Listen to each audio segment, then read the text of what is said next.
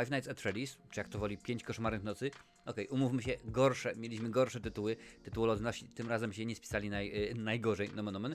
Okej, obejrzałem dopiero co właśnie, poszedłem z córką na ten film. Ja już miesiąc temu wiedziałem, już miesiąc temu miałem zapowiedziane, tato, idziemy obejrzeć ten film. No, Maja gra w gry, więc dokładnie wie, o co chodzi. Ja nie znam, totalnie byłem zielony, nie wiedziałem, o co chodzi, więc tak naprawdę mam 2 punkty. I o tym sobie dzisiaj rzeczywiście pomówimy, czy to jest film tylko i wyłącznie dla fanów serii gier, czy osoby, które nie znają w ogóle gier, książek, mogą ten film obejrzeć i będą się jak najbardziej tą produkcją cieszyły. Fabuła, no mamy chłopaka, Majka, no rzeczywiście opiekuje się siostrą, dowiadujemy się w międzyczasie, co się wydarzyło w jego życiu, no ale okazuje się, że nie może sobie utrzymać pracy, no i dostaje możliwość popracowania właśnie rzeczywiście we Freddy's, no i tam zaczynają się dziać różne dziwne rzeczy, dają się naprawdę dziwne, naprawdę hardkorowe rzeczy, animatroniki ożywają, no wiadomo, wszyscy wiemy, o co chodzi, nie będę więcej fabuły omawiał. No i poszedłem na ten film, wiedziałem, że to nie będzie pełnoprawny horror, miał certyfikat 15, czyli tak naprawdę no już wiele lat temu Hollywood nas przyzwyczaił do tego, że tak, 15 no to może być i od razu wam mówię, twórcy stwierdzili, nie będzie żadnej wersji reżyserskiej, producenckiej erki, nie, bo my celowaliśmy jak najbardziej, pani reżyser, czyli Emma, ta mi powiedziała, my celowaliśmy w 15, to chcieliśmy osiągnąć, więc tak to jest, nie będzie żadnej, to nie jest Megan, nie ma takiej innej możliwości, więc jeżeli Ci się podobało to, jak było strasznie, super, jeżeli nie, to bardzo mi przykro, innej wersji nie będzie.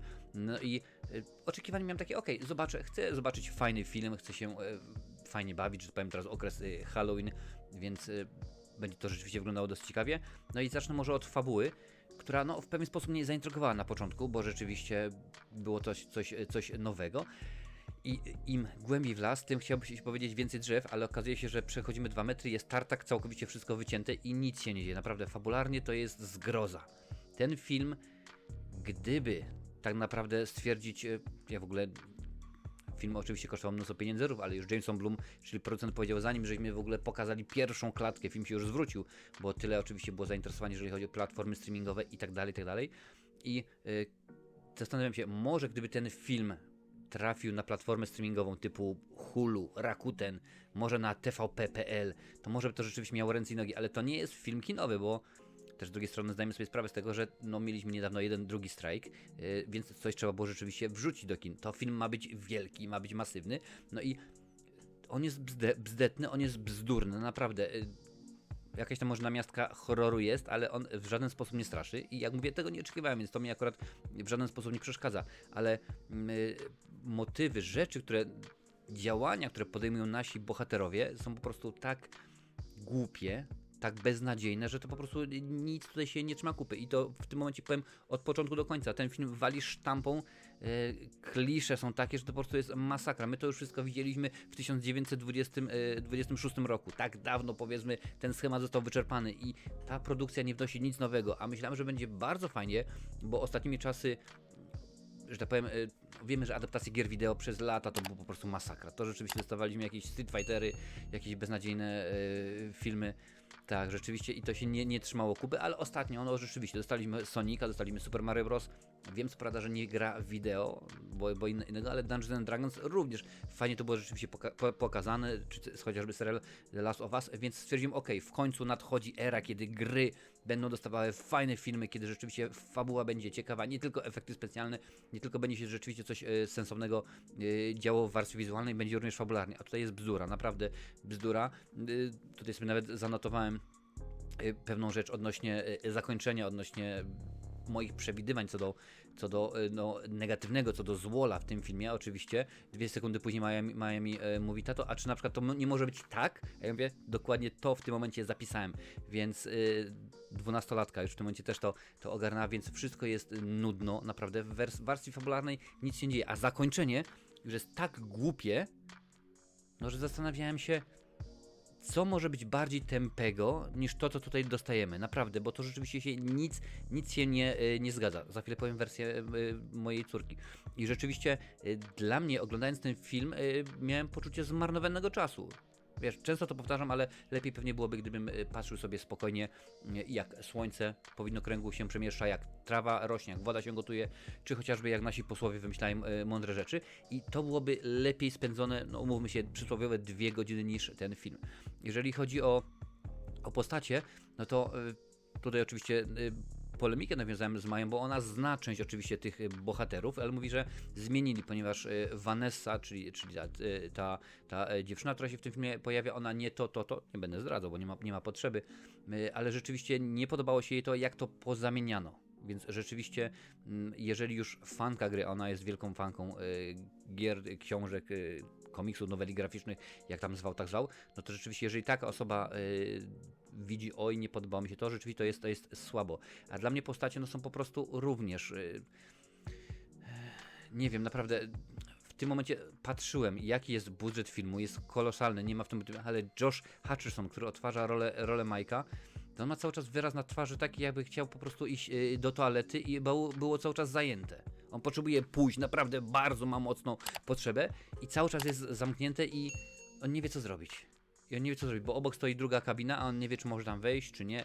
No naprawdę jest facet beznadziejny. Elizabeth Lale, która wciela się właśnie w rolę Vanessy, o co z nią chodzi? No chyba tylko i wyłącznie Mary Stuart Masterson, która gra rolę ciotki. I akurat no, rola dobrze zagrana, poprowadzona, nie miała zbyt wiele, więc w porządku. Pojawia się również jeszcze Matthew Lillard, no ale Matthew Lillard, no dobra, w porządku, jest w miarę sensownym aktorem. Widziałem go, oczywiście był w Krzyku, pojawiał się w 13 duchach, ale on dla mnie zawsze będzie kudłatem ze Scoobiego i ciężko mi się jest przedstawić, że on w innej roli się tutaj pojawia, no bo to też taki, wiesz, w tym momencie to już jest starszy gentleman normalnie, z delikatną nadwagą, co prawda on tu ma jeszcze w filmie brudkę, a ja po prostu tylko i wyłącznie się nie ogoliłem, no i nosi oczywiście wielkie pingle i ciężko mi jest akurat to jest, wiesz, syndrom Janka Kosa z Czterech Pancernych, kiedy to Janusz Gajos przez lata był tylko i wyłącznie Jankiem Kosem, potem co prawda tureckim, z kabaretu Olgi Lipińskiej, ale wiesz o co chodzi. Niby wszystko się zgadza, bo producenci stwierdzili, ok, nie będzie żadnego CGI, czyli komputerowo generowanych efektów, wstawiamy na animatronikę, więc wszystkie te postacie, które widzisz poruszające się w filmie, to jest animatronika. Jedyne odstępstwo zrobiono, kiedy postacie mają tańczyć, mają w jakiś sposób tak robić, no to tam są właśnie kaskaderzy w ich strojach, ale już głowy cały czas są sterowane przez animatorów, więc rzeczywiście tak to postanowiono. Blumhouse powiedział, nie ma. Żaden inny film nie był tak istotny dla nas właśnie jak Five Nights at Freddy's. Wszystkie środki wrzuciliśmy właśnie w tę produkcję, bo to pierwsza gra, którą kiedykolwiek robiliśmy. Tutaj oczywiście ciekawostki ci zdradzam, które są z IMDb, więc rzeczywiście tak to było wymyślone. Nawet jak się pojawiają inne postacie, no nie chcę w tym momencie zdradzać, bo tutaj już jest kilka innych rzeczy, to również jest wszystko animatronika. Bardzo dobrze, bo rzeczywiście miałem już czasami dość tego, że gry wyglądają, filmy na podstawie gry wyglądają świetnie, ale rzeczywiście nie jest to super dobrze zrobione. No ale to mi nie wystarczy. Nie wystarczy mi, że mamy ciekawą animatronikę, bo rzeczywiście jak najbardziej jest ona zrobiona w dosyć fajny, ciekawy sposób, że kilka nawiązań do gry jest, no kilka, ponieważ znam, bo widziałem nieraz jak Maja gra, więc coś tam złapałem, mówię, a to chyba stąd, czy coś, no dokładnie wiesz jak to wygląda. Więc to dla mnie nie wystarcza, bo fabuła, która jest kompletnie niezjadliwa, humor, żart, no nie ma. W ogóle tutaj żadnego poczucia humoru nie ma, żadnego żartu nie ma rzuconego, wiesz. Nawet żadnego Strasburgera typu Familiada. Nic tutaj się w tej warstwie nie dzieje. Osoby, które w tym filmie występują, jest jedna głupsza od drugiej. Bo nie ma znaczenia, czy mówimy o głównym złolu, czy o jakichś pomniejszych postaciach, no to wszystko jest tak tępe, że Marv i Harry z Kevina samego w domu i w Nowym Jorku, to są po prostu tuzy intelektu, wiesz, to oni w tym momencie potrafią wymyśleć, jak ogarnąć czarną dziurę, czy jakąś tam fuzję atomową, bo rzeczywiście oni mają intelekt, a tutaj oni mają chyba dupę zamiast mózgu. Więc naprawdę byłem bardzo zniesmaczony, zresztą pewnie słyszysz, że ten film mnie wkurzył, ale mnie wkurzył, Maję nie. I teraz to powiem z perspektywy, ponieważ, no mówię, spędziliśmy trochę czasu gadając na temat. Maja mówi, że była bardzo zadowolona, ponieważ wiele rzeczy się zgadzało w związku z grą. Na przykład mówi, również jest 2 youtuberów, i nie miała tutaj na myśli mnie, bo akurat ja o FNAF-ie nie poruszam tego tematu, ale właśnie 2 youtuberów, którzy się zajmują tą tematyką i są właśnie w tym filmie. Jeżeli Cię to interesuje, oczywiście to są anglojęzyczni youtuberzy. Jeden jest kelnerem, drugi jest taksówkarzem. Więcej Ci nie powiem, no i ona po prostu była bardzo podekscytowana. Wiele oczywiście smaczków, mnóstwo, naprawdę mnóstwo smaczków, bo była razem z koleżanką, tylko co chwilę widziałem tylko patrz to, a to widzisz, więc rzeczywiście ona wyłapywała mnóstwo, naprawdę bardzo dużo tych rzeczy i była naprawdę bardzo zadowolona z tego, jak ten film wypadł. Mówi, że kilka rzeczy nie podobało się jej, nie będę tutaj wchodził w szczegóły, bo musiałbym zdradzić fabułę, musiałbym zdradzić zakończenie, ale rzeczywiście ogólnie jest bardzo zainteresowana i czeka na drugą część, bo druga część będzie, no o tym oczywiście będzie za chwilę, bo jest scena po napisach, którą umówmy się po napisach i rzeczywiście była bardzo zadowolona. Nie podobało się jej przedstawienie Majka, bo nawet mówi, że to jest inna postać w grze. Nie podobało się jej przedstawienie właśnie Vanessy, jak i niespecjalnie podobał się jej główny Zuol, bo mówi, to się nie zgadza w związku z grą i tak dalej, i tak dalej. Ja wytłumaczyłem jej, że to jest tak naprawdę adaptacja. To nie musi być przełożone 1:1, ale kiedy okazuje się, że postaci się pewne nie zgadzają, no to w tym momencie już jest coś nie tego. Więc no czekamy, pewnie pójdziemy za czas jakiś na drugą część, ale jej się podobał. No i ja rozumiem, że ten film jest skierowany tylko i wyłącznie do fanów książek i fanów gry. Co prawda od 15 roku życia, moja córka ma 12, może pójść, bo wiadomo 15 PG, czyli Parents Guidance, z rodzicem, z osobą starszą może pójść, ale nie ona była, że tak powiem, brzydko targetem. Ona nie była, to nie do niej właśnie był kierowany tenże film, tylko do osób starszych i tak naprawdę jak popatrzyłem na średnią wieku w kinie, to było to przeważnie 11-12-latkowie i rodzice, którzy tam ewentualnie dziadkowie, więc też twórcy tutaj nie trafili i wydaje mi się, że to jest głupota, ponieważ kiedy masz z jednej strony fanów książek, z drugiej strony masz fanów gry i no, masz jeszcze osoby, takie jak ja, które się nie zajmują tęże grą. Wiem na przykład, że Rafał z Galerii Horror ogrywał, ale na przykład masz osoby, które się tym nie interesują i idą do kina, żeby zobaczyć ciekawy film, no to masz szansę w tym momencie na potrójne złoto, bo tutaj książki, tutaj gry, tutaj jeszcze powiedzmy, a tak naprawdę odcinasz tą trzecią gałąź, na której ja siedzę, stwierdzasz, nie, tylko i wyłącznie dla fanów, oni to rzeczywiście zrobią dobrze i nawet jak popatrzysz na oceny, bo specjalnie sprawdziłem na Rotten Tomatoes,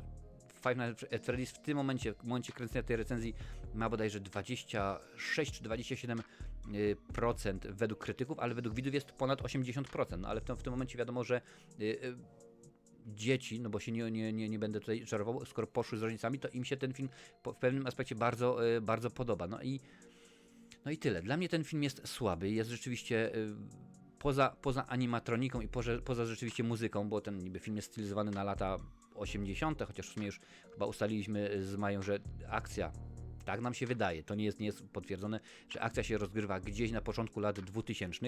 To by wszystko sugerowała telefony, jakich oni używają, auta i tak dalej, to wszystko ogólnie tam się dzieje, wystrój, to by sugerowało, że film się rozgrywa gdzieś w okolicach 2002, może trzeciego roku, może 4, w każdym razie na początku lat 2000. I czy będzie kolejna część? Oczywiście, że będzie, bo skoro film w tym momencie zanotował bardzo dobre otwarcie, niestety sprawdzałem przed chwilą na Box Office Mojo i nie ma informacji na temat jeszcze Freddy'ego, ale już wiadomo, że premier miał film około 7-8 milionów. Inne źródła podają, że nawet było 11, więc nawet wyprzedził film Martina Scorsese. Wiem, że nie ta kategoria, nie ta liga, ale dokładnie wiesz jak to jest. Więc druga część będzie, ale ja jestem bardzo z tym filmem zawiedziony, ponieważ poza animatroniką i muzyką nie działał w ogóle, więc nie polecę tobie tego filmu. Jak chcesz sprawdzić ocenę, to zobacz sobie na Filmwebie jest. Zobaczymy, może, pytałem się, nie chciała, ale może akurat zrobimy jakiś odcinek typu spoiler talk, albo ciekawostki o tym, że filmie to może Maja się uda namówić, bo całkowicie się rozmawia z laikiem w kwestii danego tytułu, a całkowicie się inaczej rozmawia oczywiście z fanką, która zna to od podszewki, dokładnie na wylot, od tego mi słowa brakowało, która dokładnie wie, jak to się je, wie, co tutaj jest grane i no cóż mogę powiedzieć, zawiedziony jestem niestety, Halloween nie wyszło dobrze. Ostatnio był pewien leniwiec, teraz rzeczywiście ta produkcja, cóż tu mogę powiedzieć, nuda i jeszcze raz nuda w tym filmie wieje, koniec, kropka. A więcej kultowych horrorów, no i oczywiście tego wszystkiego zapomniałem dodać o scenie po napisach, więc tutaj powiem, co jest grane i słuchaj, jest ważne, będę zdradzał fabułę, zakończenie oczywiście, więc pewnie jeżeli nie widziałaś jeszcze, to w tym momencie sobie odpuść, bo mogę powiedzieć za dużo. W każdym razie scena po napisach, tak, jakieś 30, wiesz, tak krótkie napisy, 30 sekund pojawia się. No i w tym momencie nasz taksówkarz jest, mówi, no dziękuję, ja już jestem po godzinach, dziękuję bardzo, nie chcę. No i przez cały film pojawia się taki mały stworek, robot animatronika, trzyma balony, trzyma balun, no i to wszystko, no i on potem się pojawia i nagle koniec. No w tym momencie ja obstawiam i moja córka Maja mi to powiedziała, że to jest oczywiście wstęp do drugiej części, ponieważ ta postać, ona nie jest super ważna, ale tak naprawdę ona jest ważna, jest postacią, bez której tak naprawdę, no może nie, że ta gra by nie istniała, no ale jest poważna, jest ważna, bez niej ten film nie miałby prawa bytu, czy tam powiedzmy ta gra nie miałaby prawa bytu. Więc dla mnie jest to oczywiście tylko i wyłącznie informacja, że jak film się sprzeda, to będzie druga część. Jak mówiłem już wcześniej, film zarobił potężne pieniądze jeszcze przed premierą, więc będzie kontynuacja, którą będę zapewne zmuszony obejrzeć.